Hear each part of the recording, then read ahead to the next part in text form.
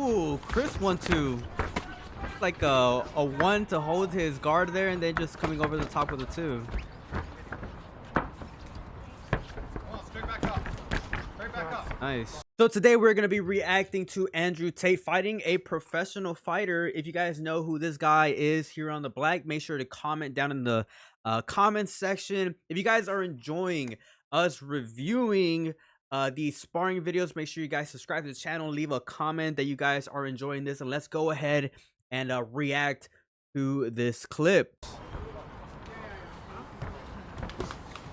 5, 6, 7, up. Getting into 8, a jab there. 9, 10, not it. Minute and a half left. Great punch to the body, breaking his base. Walks into a cross. Guard the left side of your face. You're open. Okay, guard the left side of your face where you're wide open. Yeah, the guy in the black is not doing a good job at sitting down on his base all too much. He definitely is moving around a lot. Work on Andrew Tate's favor. Get up. Pretty much all Tate has to do is just control his base a little bit and then start controlling and landing some offense. Exactly what he's doing.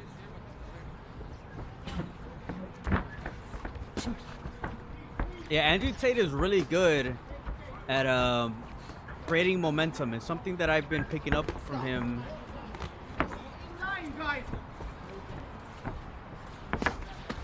God. 30 seconds. Get back up. Your drop is retired. Those aren't power throws. Nice. He went for the control but missed the cross. Not bad. 15 seconds. Not bad at all.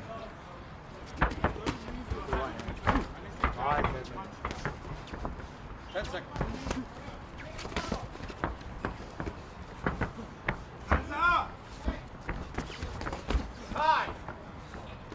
Nice.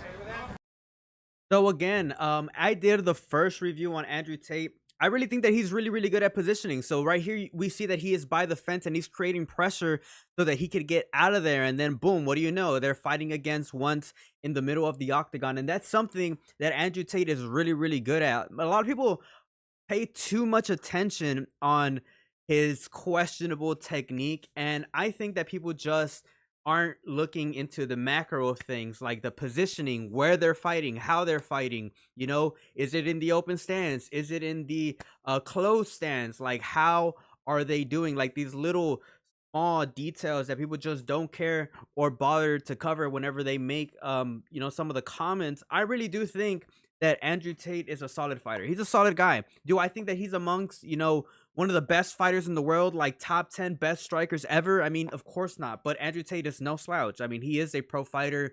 He does have legitimate skills, and I do think that he's really good at, you know, the particulars of things, you know, like creating momentum, knowing when to strike, having these small things that people just overlook, like knowing when to control your opponent's head to land a cross, like we see him do multiple times in this video, knowing how to break his opponent's base, knowing when to create pressure, because his opponent is a guy that's not really sitting down on his base too much. As we know, his opponent here is moving around a lot. Andrew Tate is picking and choosing when he wants to engage, when he wants to create momentum to land even more offense, and when to retreat.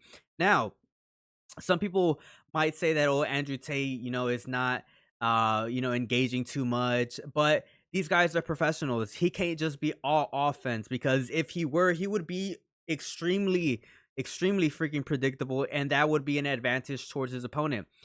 People don't understand that in the pros, especially whenever you fight against pro fighters, like it can't just be, you know, balls to the wall. You have to have some balls and some brains in order to compete, or in order to be competitive against a fighter that's similar to your caliber.